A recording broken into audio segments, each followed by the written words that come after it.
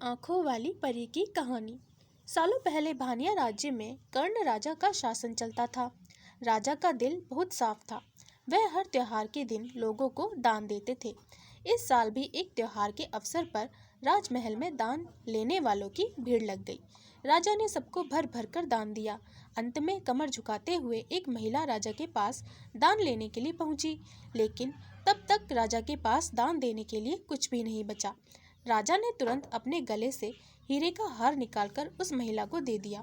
वह महिला राजा के सिर पर हाथ फेरते हुए आशीर्वाद देकर चली गई।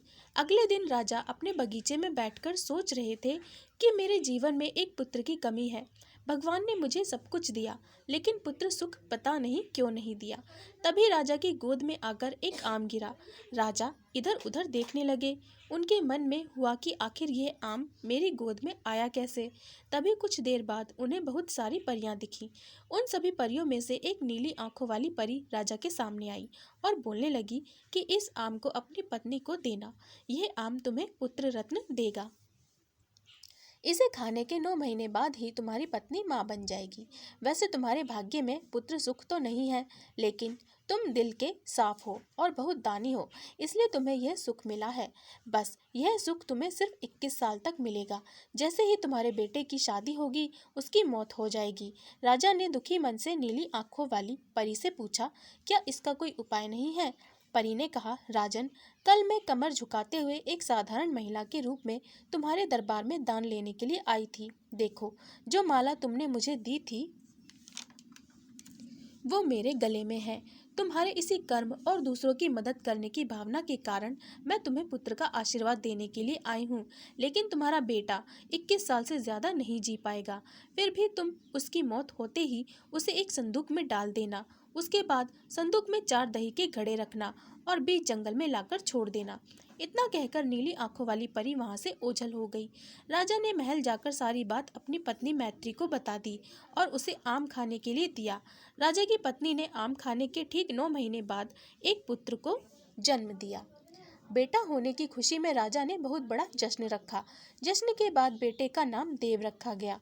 होते होते राजकुमार देव की उम्र 21 साल की हो गई। उसके विवाह के लिए प्रस्ताव आने लगे।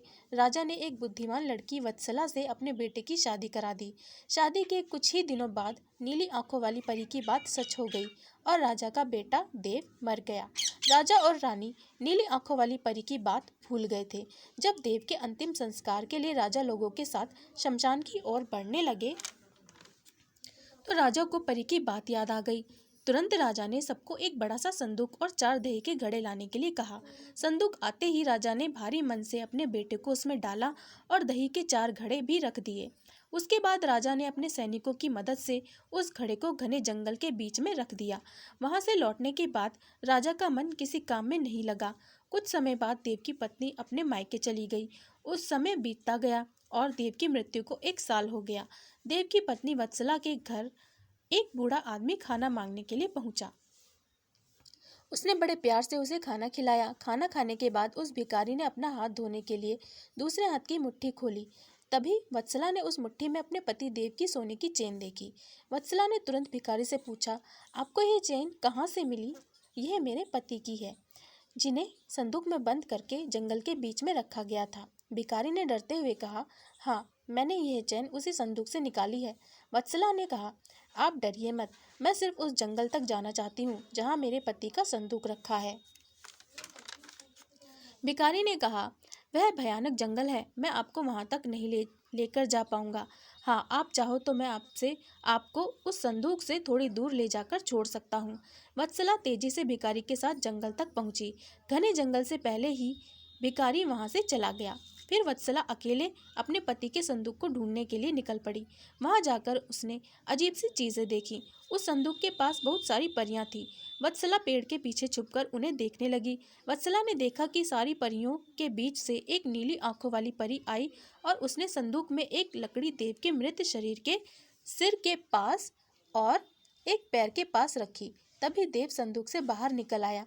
परियों ने देव को मिठाई खिलाई और दोबारा संदूक के अंदर डालकर लकड़ियों की स्थिति में बदल दिया।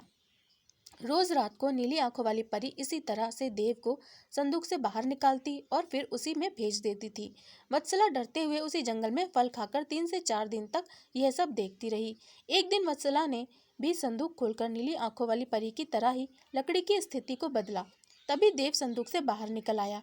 देव ने जैसे ही अपनी पत्नी को देखा वह हैरान हो गया। देव कुछ बोल ही रहा था कि अचानक वत्सला बोल पड़ी, मैं आपको इस जंगल में इस स्थिति में रहने नहीं दूंगी, आपको मेरे साथ चलना होगा। देव ने वत्सला को समझाते हुए कहा, मैं नीली आंखों वाली परी की वजह से ही इस दुनिया में आया हूँ। मैं उनकी आज्ञा के बिना कहीं नहीं जा सकता। तुम मेरे संदूक में रखा हुआ एक घड़ा अपने साथ लेकर मेरे राज्य चली जाओ, वहाँ छुप कर रहना। तुम्हें 9 महीने बाद एक पुत्र होगा, तब मैं तुमसे मिलने आऊँगा। अब तुम लकड़ी की स्थिति बदलकर मुझे पहले की तरह संदूक में जाने दो। वत्सला ने अपने पति के कहे अनुसार ही किया। सबसे पहले संदूक में पति को भेजा, फिर वह दही का एक घड़ा लेकर रूप बदलने के बाद राजमहल पहुंची और रानी को चिट्ठी भेजकर रहने के लिए जगह मांगी। रानी ने दया करके उसे राजमहल के पास ही एक कमरा रहने के लिए दे दिया। जब रानी को पता चला कि वह गर्भवती है तो रानी उसका ख्याल भी रखने लगी। जब वत्सला ने बच्चे को जन्म दे दिया तो देव उससे मिलने के लिए आया। उस समय रानी पास से ही गुजर रही थी। उन्होंने तुरंत अपने बेटे को पहचान लिया।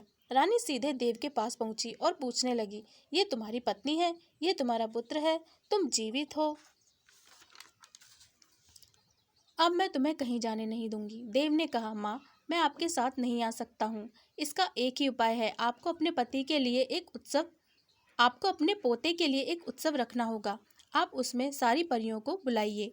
जब परियां आ जाए तो नीली आंखों वाली परी का बाजूबंद किसी तरह निकालकर जला देना। उसके बाद नीली आंखों वाली परी से मेरे जीवन का वरदान मांग लेना। इतना कहकर राजकुमार देव वहां से चला गया। उसकी माँ ने दुखी मन से उसे विदा किया। कुछ ही दिनों में रानी मैत्री ने अपने बेटे देव के कहे अनुसार जश्न रखा और सारी परियों को भी बुलाया। सभी जश्न में डूबे हुए थे। तभी रानी मैत्री का पोता रोने लगा। रोते बच्चे को देखकर नीली आंखों वाली परी ने उसे अपनी गोद में उठा लिया। तभी रानी मैत्री ने परी से कहा, देखिए ना, इसे आपका बाजूबंद पसंद आ गया है, तभी तो आपके पास आते ही इसने रोना बंद कर दिया। क्या आप कुछ देर के लिए अपना बाजूबंद इसे खेलने के लिए दे देंगी? परी ने तुरंत अपना बाजूबंद उस बच्चे को दे दिया। रानी मैत्री को इसी मौके का इंतजार था। उसने सबकी नजरें बचाते हुए उस बाजूबंद को आग में डाल दिया। नीली आंखों वाली परी ने अपने जलते बाजूबंद को देखकर रानी मैत्री से पूछा, आपने ये क्या किया? अब हम आपके बेटे देव को अपने पास उस जंगल में नहीं रख पाएंगे। यह सुनते ही रानी मैत्री ने रोते हुए परी से प्रार्थना की। उन्होंने कहा, आपकी कृपा से मुझे बेटा हुआ था, अब आपको ही कृपा करके मेरा बेटा लौटाना होगा। मैं आपसे अपने बेटे देव की भीख मांगती हूँ। नीली आंखों वाली परी को माँ का प्यार देखकर दया आ गई और उन्हें आशीर्वाद दे दिया। परी के आशीर्वाद से देव संदूक से निकलकर घर लौट आया। राजकुमार अपने परिवार के साथ खुशी खुशी रहने लगा। सीख: विनम्रता से सबका दिल जीता जा सकता है और सब्र व सही रणनीति से इंसान मुश्किल काम को भी पूरा कर लेता है। कहानी पसंद आई हो तो प्लीज़ चैनल को लाइक एंड सब्सक्राइब ज़रूर करें। धन्यवाद।